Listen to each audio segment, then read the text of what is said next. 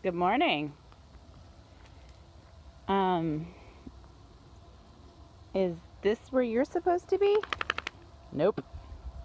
Way out there is where you're supposed to be, huh? Yep. Seems about right for the Looney farm. Good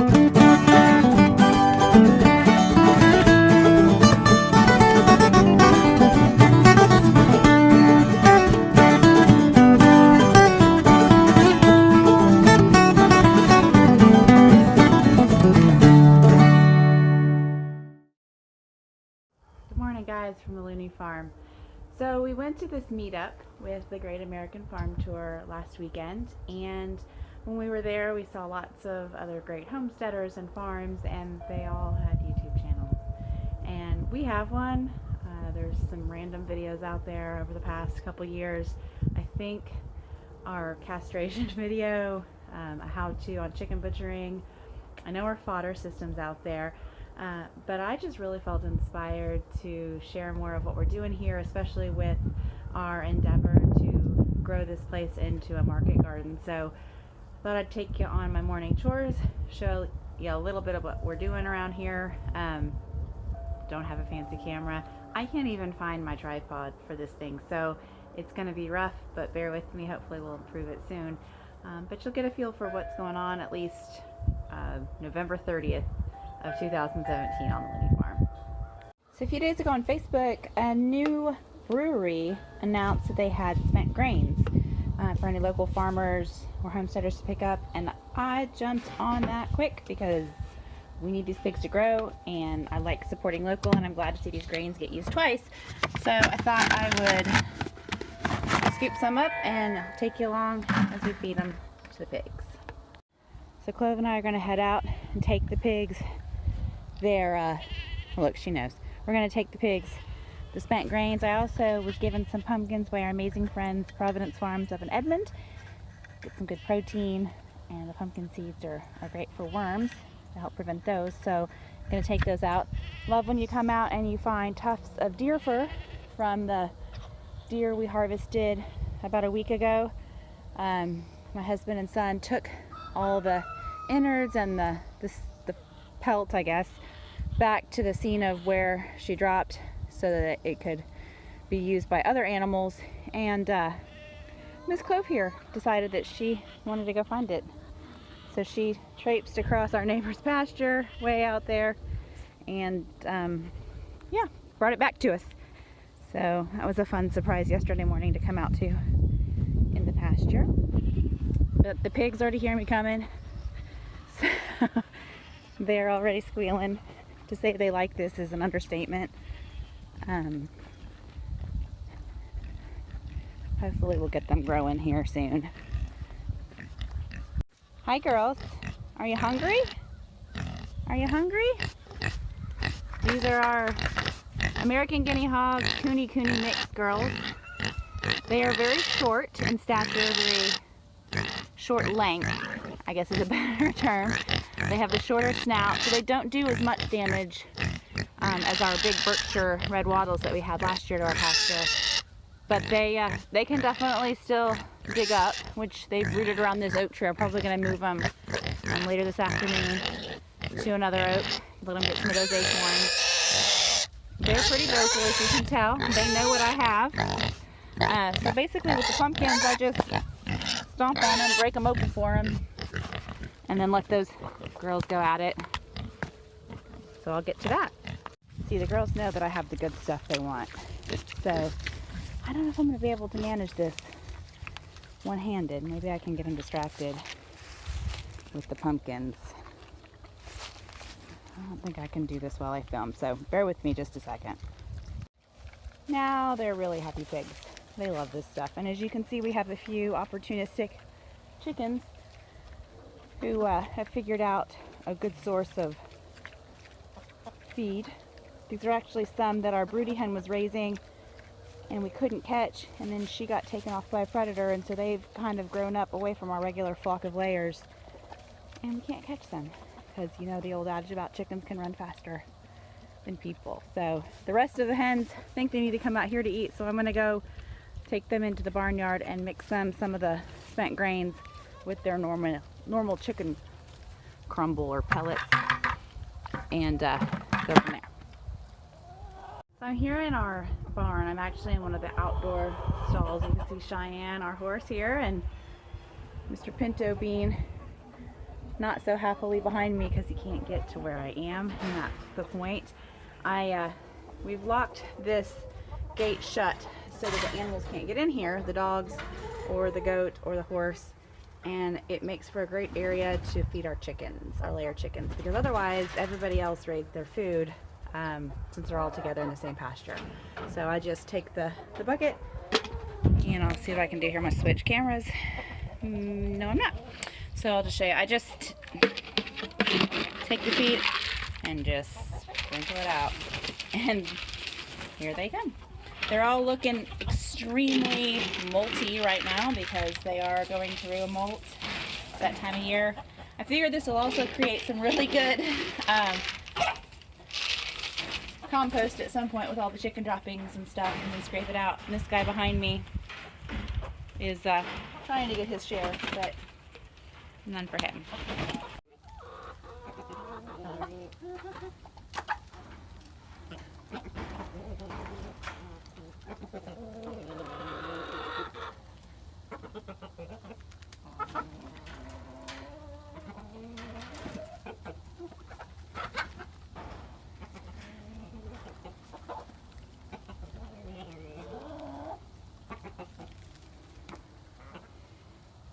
Girls, you know how to get in here.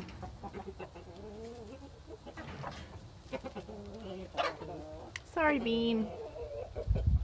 One for you, bud. Sorry, buddy. Not today. Okay, well, the chickens are fed. So I talked about how we're switching over, or wanting to switch over, to a market garden focus. And I'm right now standing in a big part of that. And it's an area that we marked off with electric wire to keep the dogs and the chickens and the animals out of, or at least the bigger animals, the goat and the horse and the dogs, so that we could get some stuff growing in hopes that we will have a high tunnel here through part of the NRCS program. We've been working with our local NRCS agent and have prepped this, and we've got the application done. We're just waiting for the end of that application period so that they can start doing the awards, and we'll find out hopefully around the first of the year if we've qualified. So behind me you can see what we're growing, or trying to grow, I think is the more apt term, but I'll take you and show you exactly what we've got going on. So the first thing we noticed, we had this area scraped down. An amazing neighbor brought a skid steer down and scraped the dirt down, not completely level, but at least got the grass and stuff off of it. We were able to take a lot of that dirt too and build up the area in front of our barn. We have a really low area there, and so it really helped with the flooding issue. It's not completely fixed, but it's a good start. But there was a low area here, and this is where I did the French breakfast French breakfast radishes, and over on this side is where I started the spinach. And yeah, it flooded because I left a 12-and-a-half-year-old in charge of turning off the water on the first day we put him in, or second day we put him in, and she forgot. She's 12 and a half. I forgot, and so this was all under a puddle of water. Thankfully radishes are pretty forgiving, and there's a few that are starting to come up. They're pretty leggy though, so I don't know. And of course I used an entire seed packet, so I don't have anything left. The spinach, I think I'm counting maybe a handful of them that are really coming up. It's still got time, I guess, with spinach. We are seeing a lot of grass sprouts, and I'm not sure how much of this is from the grass rhizomes in the ground already, or from the compost or that we got. We sourced it from a local greenhouse nursery, and it came with really good recommendations, but I'm just not sure. I think it's more from the dirt, honestly, but I'll move up here. This is our low tunnel that we put beets on this side, and lettuce greens, salad greens. We also threw a bunch of clover mix in the middle, or clover in the middle, and you can see it's doing great. The beets did really well on the outer row, and I think that's more of a cedar issue.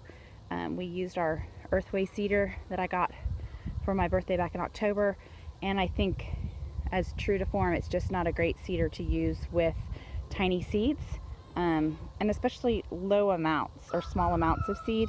I found that the more seed you have in there, the better it does. It doesn't necessarily load really well if there's not very many seeds in there. But again, we're learning. This was more just an effort to get this ground cultivated for our NRCS grant application, or sorry, share program application. But the lettuce greens are doing well. We've got a couple more days left before we go below 10 hours of sunlight. So I've been leaving the tops off. We've had unseasonably warm weather, and that's really helped us. I don't think we're supposed to get a freeze for another several days at least. So I'll keep these tops off, let them get some good sunshine. This plastic we got was one of those learning things too, of it said clear plastic on the box, just from a big box store in the nearby city, and their version of clear is much different from mine. And I guess this is a known issue with this brand, but it'll be fine. It'll at least hold some heat in. And now that we're getting down to the Persephone days, the light's going to be going down anyway, so I'm not sure how much more growth we'll have, but we learned. This area is some turnips that I planted in this little small tunnel, and arugula with a lot of grass again coming through that compost. The arugula is doing really well though. I mean, again, I think it's a cedar issue as far as the germination rates. And then I threw some carrots in this row. They're actually coming up better than I thought. It's probably hard to see on here just because, you know, carrot seed is so small. But they're doing fairly well. I did throw some turnips in. I was gonna flame weed this and didn't get to it, but there's some little carrot that have germinated. So again, we'll just see how it does. It was more just for the sake of trying things out, getting the water on there and getting this ground ready so that we have some stuff ready to go.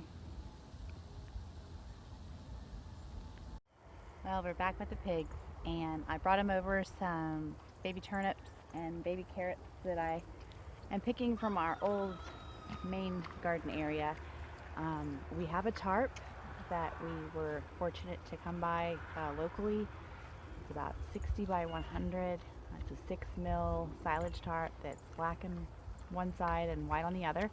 So we're going to be covering that area behind me with the tarp as soon as my farmer gets back from his business trip. And I've got some sandbags that I'm going to be filling, and we'll get that area covered for the winter so we can cook off some of those weeds and get that ground good and ready. These pigs putting their droppings in this area. This whole pasture behind me, you can see all of this, and I'll stand up all the way around, basically back up to the fence that we came through at the house, is all going to be, God willing, garden space, garden plots. So we'll grow it incrementally. You can see my farmer has girded a lot of these trees. Let's see, I think the pine you can see behind me better. He's girded those in preparation for cutting those down, just to help the process of them dying back. But that's where we're at right now. I know this is really rough, guys. I appreciate you hanging out with us. We haven't done a whole lot of videos, but there's never a shortage of crazy happenings around here. So I'm going to try to be better about showing those, showing the process of what we're doing as we get this all geared up. And I think I just squashed the egg that I put in my pocket.